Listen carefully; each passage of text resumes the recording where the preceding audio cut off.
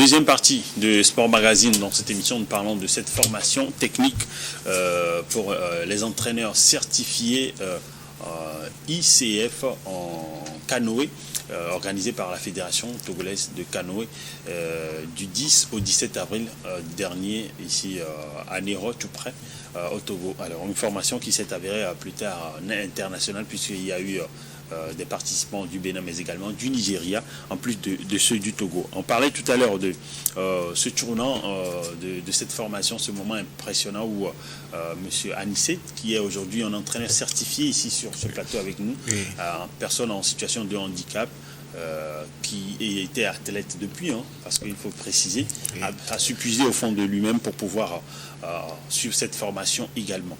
Alors, comment vous vous sentez après cette formation, en quoi cela était si important et qu'est-ce que cela pourrait apporter au canoë togolais? On va suivre ensemble quelques-uns de ces participants dans cette émission avant de rebondir.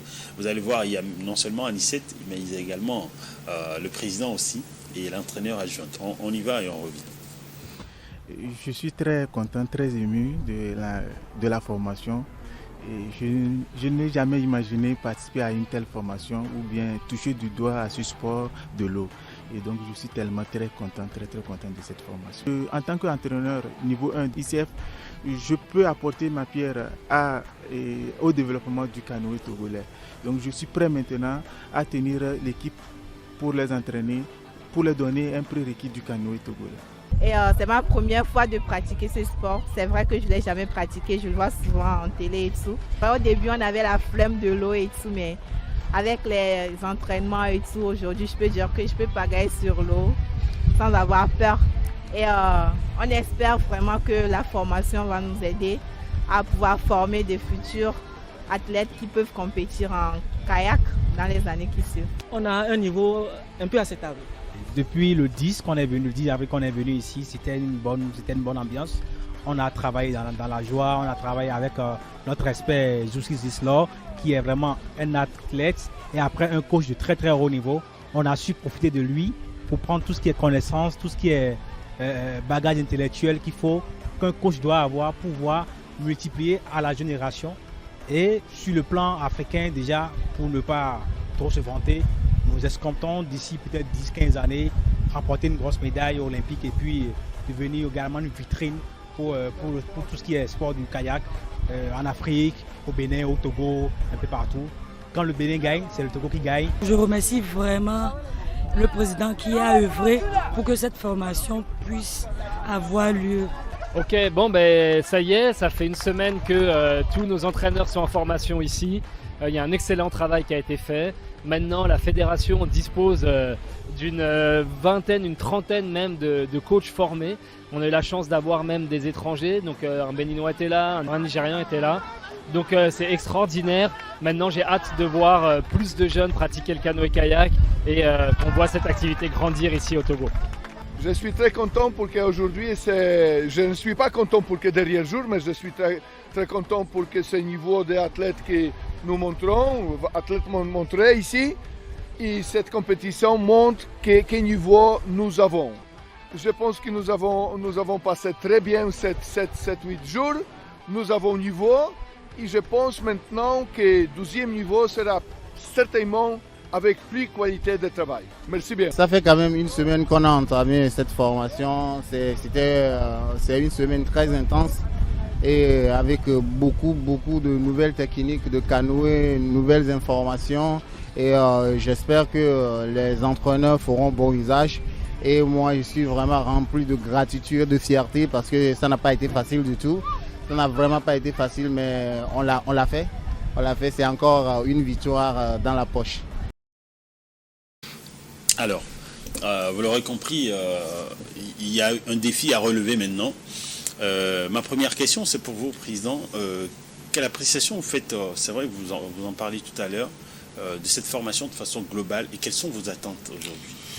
Merci pour cette question. En fait, moi aujourd'hui, je suis trop fier de mon équipe, trop fier de mes entraîneurs. En ce sens que avant le 17 avril 2025, excusez-moi, j'étais le seul entraîneur certifié ICF au Togo. Ça veut quand même dire que c'est le canoë qui nous a rapporté la première médaille olympique, mais depuis l'avènement de Benjamin jusqu'au 17 avril 2025, j'étais le seul et unique entraîneur ICF ici au Togo. Et pour faire cette formation, j'ai dû payer de ma poche pour aller au Nigeria, à Abuja, pour faire cette formation. J'ai vu l'importance de cette formation. C'est pour cela, nous, déjà arrivés aux affaires, on a tout fait. J'ai tout fait pour ramener cette formation pour les Togolais, pour qu'on puisse se mettre ensemble pour construire, pour redonner la place du canoë togolais au Togo.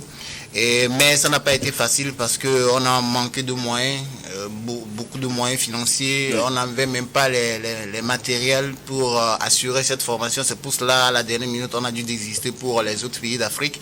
Mais aujourd'hui, la formation est faite. On a sur le territoire national exactement 27 athlètes ICF certifiés. Et nous déjà on est en train de travailler avec notre fédération internationale, la Confédération africaine de canoë, le ministère des Sports et des Loisirs et le Comité national olympique pour avoir du matériel et commencer véritablement le développement du canoë au Togo. Vous savez, le Togo sait faire du canoë. Tant bien même qu'on n'avait pas du matériel, mais à chaque fois, vous nous avez suivis à plusieurs reprises lors de nos événements. Vous avez vu les talents de nos jeunes athlètes.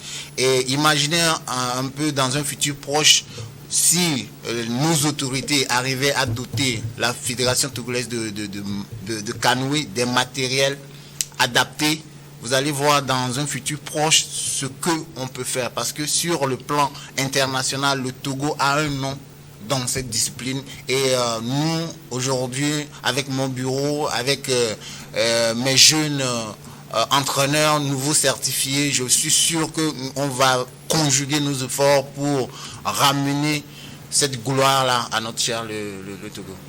Alors, il y a Benjamin qui disait tout à l'heure qu'il attend qu'on puisse avoir beaucoup d'autres athlètes en canoë, mais également pouvoir remporter des titres.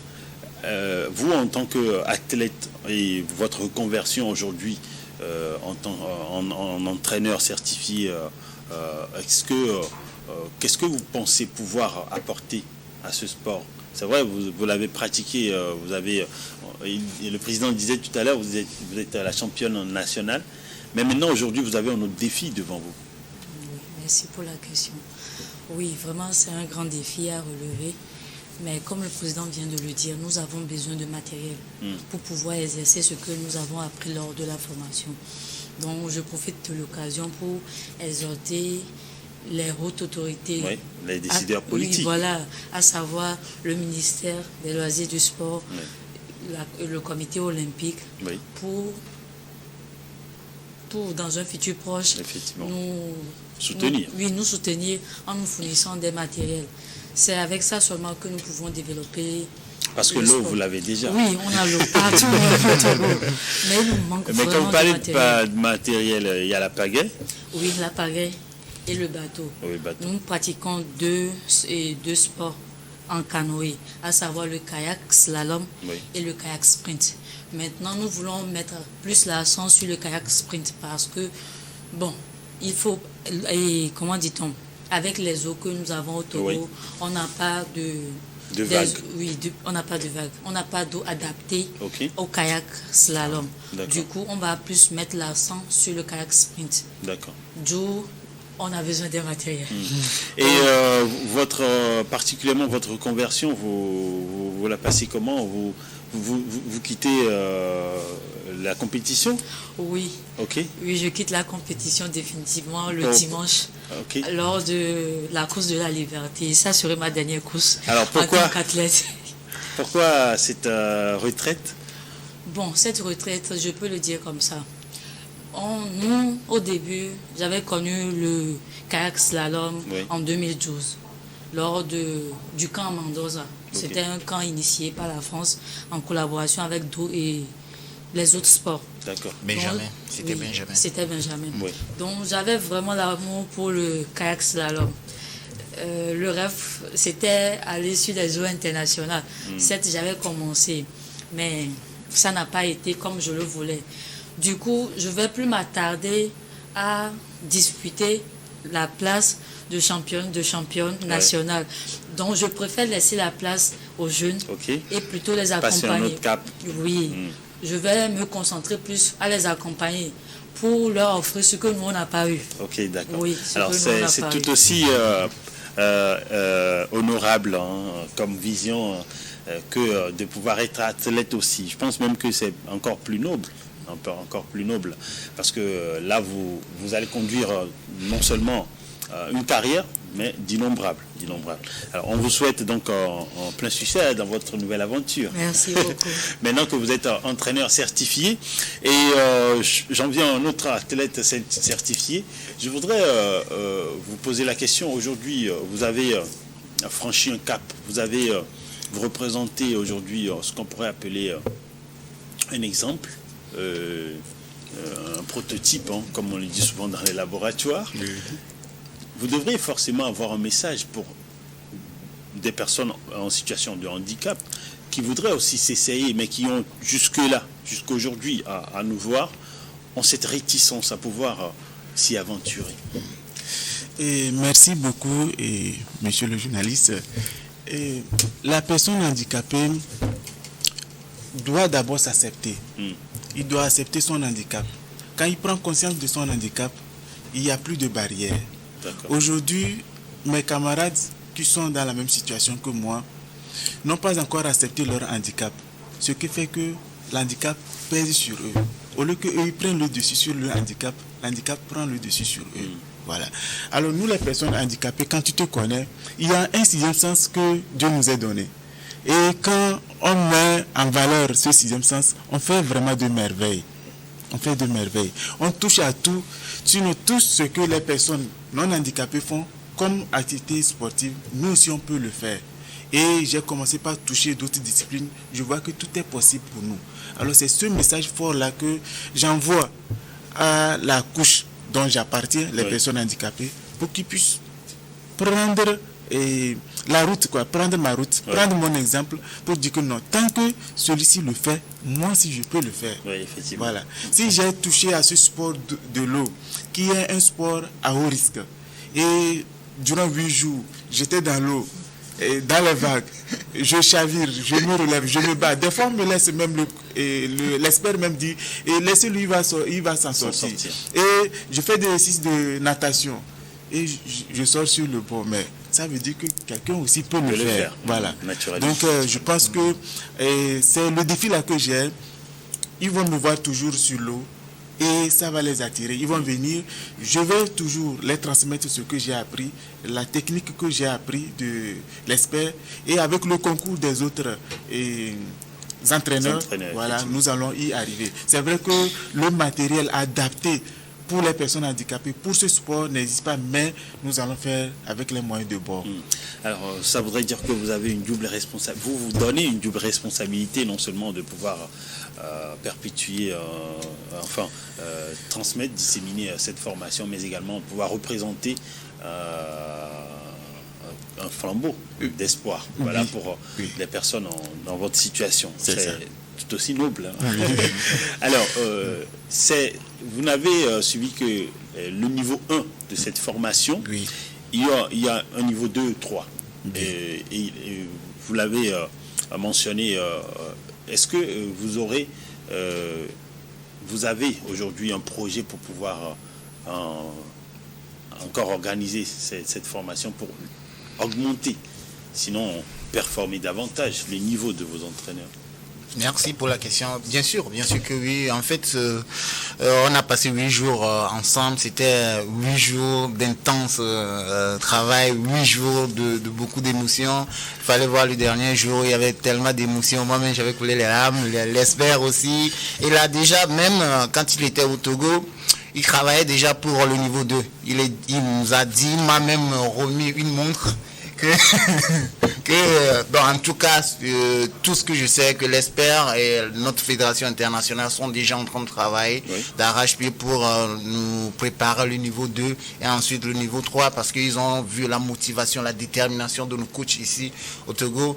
Et ils ont aussi vu le progrès, malgré que nous n'avions pas de matériel, malgré le peu de matériel dont nous disposons.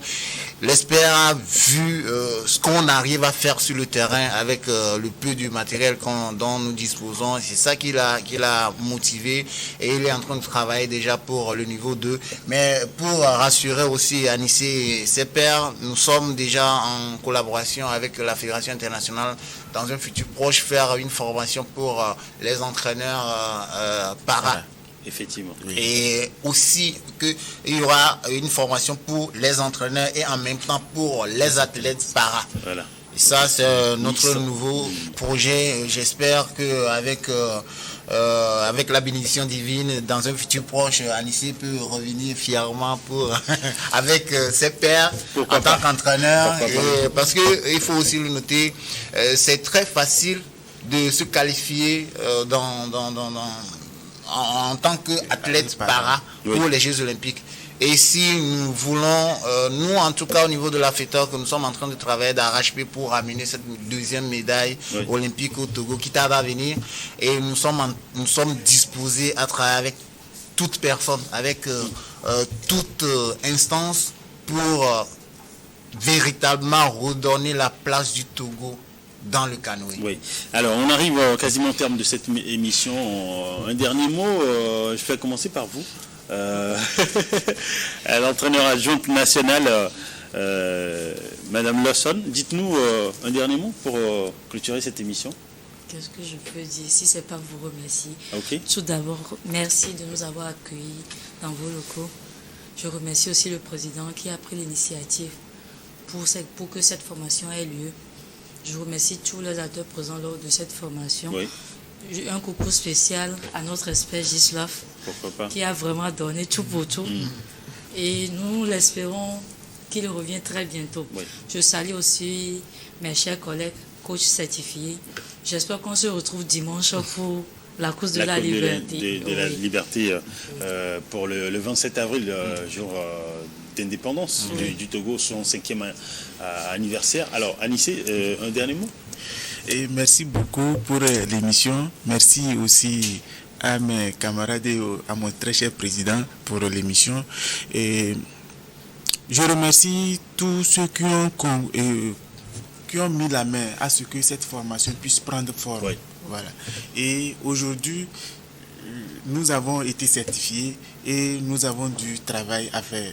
Donc c'est aussi l'occasion de vous solliciter toujours, de relayer les informations. Les médias. Oui. Pourquoi pas. Voilà, merci beaucoup. Afin que vraiment la couche dont j'appartiens puisse être sensibilisée à pratiquer le sport, à pratiquer un sport, parce que le sport corrige le handicap. Aujourd'hui, si j'arrive, je parle et je suis épanoui quelque part, c'est grâce au sport que je pratique. Parce que ça me permet de prendre le dessus sur la foule, de parler aisément et d'avoir des idées vraiment très transversales, ouvertes. Donc, merci beaucoup pour ce message émouvant et très important de pratiquer un sport. Pas forcément le canoë, mais un sport. Parce qu'il y en a d'autres qui pourraient aussi avoir de l'amour pour d'autres. Alors, un dernier mot, rapidement, président. Oui, merci beaucoup pour l'opportunité en tout cas. Merci pour Anissé, merci pour les coachs qui ont répondu présents, qui sont donnés à fond pour que cette formation puisse avoir lieu, et surtout les coachs qui ont su donner le meilleur d'eux-mêmes pour amener des certificats pour le Togo. Et je ne peux que les remercier et remercier aussi tous ceux qui de loin ou de près ont contribué à la réalisation de ce beau projet. Nous avons certes eu beaucoup de difficultés, mais il y a des gens qui ont travaillé dans l'ombre pour nous apporter leur plus, et je tiens à les remercier. En commençant par le premier sportif togolais, je veux nommer son excellence Faure Sozimana Nassingbe, le président de la République togolaise, pour sa politique de paix, parce qu'il faut quand même le noter, c'est cette paix-là quand même qui a permis à l'ESPER de se déplacer et aux coachs africains de se déplacer pour venir ici au Togo pour faire cette formation. Et aussi remercier la dame en diamant, je vais nommer le docteur Lydie Bessikama, le ministre des Sports. Le ministre des Sports et des Loisirs, qui ne cesse de nous appuyer, et aussi le président du comité national olympique à partir de l'ADEME. Tous ceux qui de loin ou de près nous ont aidés à la réalisation de ce... Alors, merci Président pour cette longue liste des dédicaces qui met un terme à cette émission. Merci à vous d'être passé dans cette émission, d'avoir partagé cette expérience impressionnante avec nous. Ce fut un plaisir. Et je pense que nos téléspectateurs également et nos chers internautes ont pris plaisir à suivre cela. Merci à l'équipe technique et rédactionnelle derrière cette émission. Bonne suite de nos programmes sur Union Info.